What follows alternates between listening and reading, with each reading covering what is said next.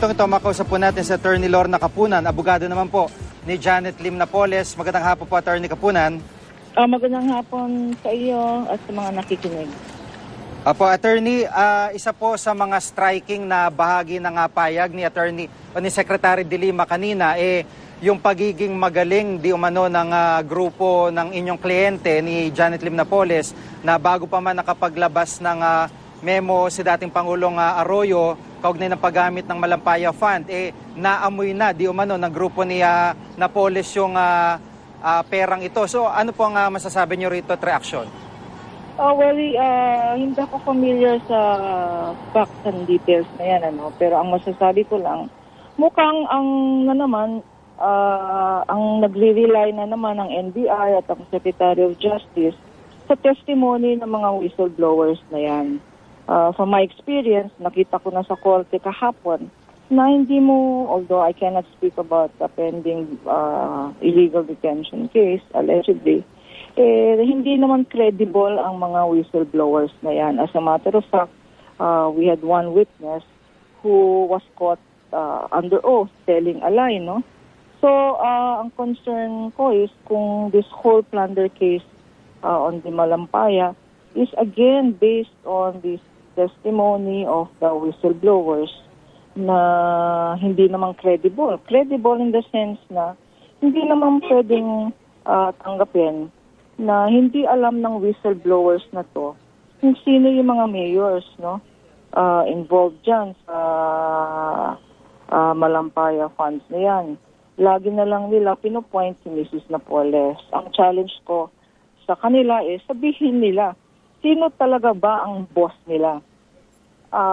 Sino talaga ang nag-orchestrate ng Malampaya scam na yan, no? Because ang hindi sinasabi ng whistleblowers, kung sino talaga ang mga tunay na boss nila, masasabi ko lang na hindi yon si Mrs. Napoles. Opo. Attorney, kung pagbabasehan po natin yung statement ni Ben Hurluy, yung kung susundan natin yung kwento, lumalabas na malawak yung koneksyon nitong si Mrs. Napoles sa Malacanang halimbawa, kung saan naamoy nga niya, nalaman niya na may palabas na pondo at miniting di umano sila bago ilabas ang pondong ito para nga ma-corner di umano itong perang ito. So, hindi ba sapat ito na itong impormasyon nito na nagtuturo mismo directly kay Mrs. Napoles bilang isa talaga sa mga quote-unquote major players dito sa scam na ito po? Wala akong masasabi dyan, no, as I said, no, pero ang nakakaalam dyan talaga yung mga whistleblower. Ba't hindi tanongin ni Secretary Laila de Lima, bakit ang dami nilang alam na confidential information na sila lang ang nakakaalam? That means sila talaga ang involved dyan. At bakit kung sila ang involved dyan, silang may dokumento, sila yung may information, sila yung alam kung ano yung project, sila yung alam kung ano yung amount, bakit hindi sila sina-charge din, no? Because they appear to be the one who are most guilty. Sila yung nagko-coordinate base sa nababasa naming istorya. Sila nga ang may direct contact. So, tanungin natin sa whistleblowers, sino ang pinoprotektahan nila? Sinong senador, congressman, secretary, mayors ang pinoprotektahan nila? At bakit sa lahat ng storya nila ay si Mrs. Napoles na lang ng Mrs. Napoles ang sinasabi nilang nag-orchestrate? Ngayon, malinaw na napaka-complicated ng Malampaya, ng PIDA schemes na yan, or scams na yan. At ang malinaw na yung mga whistleblower na yan, nagtatago ng impormasyon.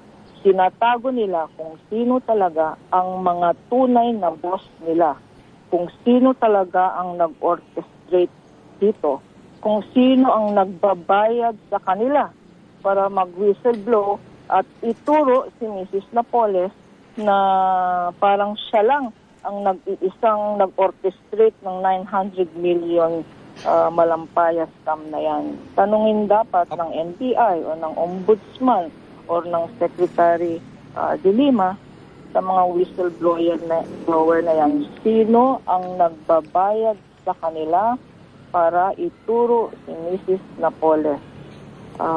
Apo, Lang, no? Attorney, sorry pero hindi ho ba personally klaro sa inyo na sinasabi po ni Ben Hurluy at ng kanyang mga kasama na whistleblower na sila po'y dami di umano ni Mrs. Napoles. Kaya nga po nagtatrabaho sila para dun sa opisina nila, sa Discovery at under ni Mrs. Napoles. Ano po masabi niyo rito?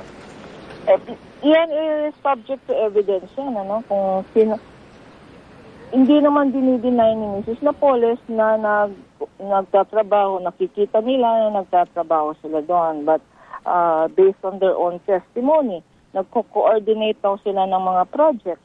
Sino ang kasama nila sa mga project na yan? Siyempre may mayor dyan, may chief of staff dyan ng senador, o may senador dyan, o congressman. Bakit hindi lumalabas yung mga pangalan na yan? Kagaya ng naririnig, sino ba ang pinaprotektahan nila? Para may tunay na investigasyon dito. And I have said so many times,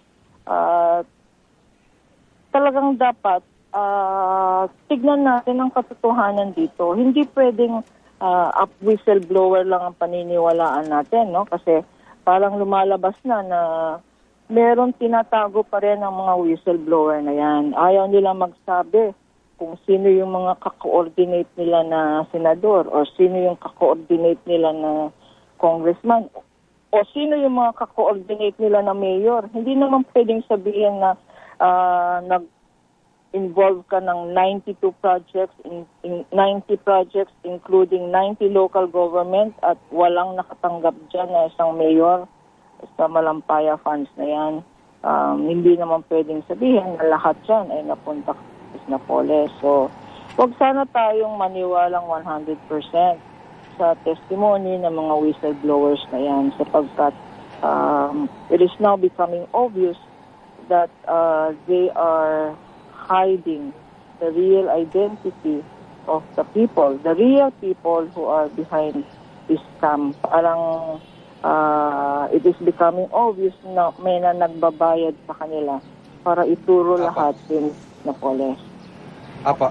Maraming salamat po si Attorney Lorna Kapunan po, abogado ni Janet Lim Napoles.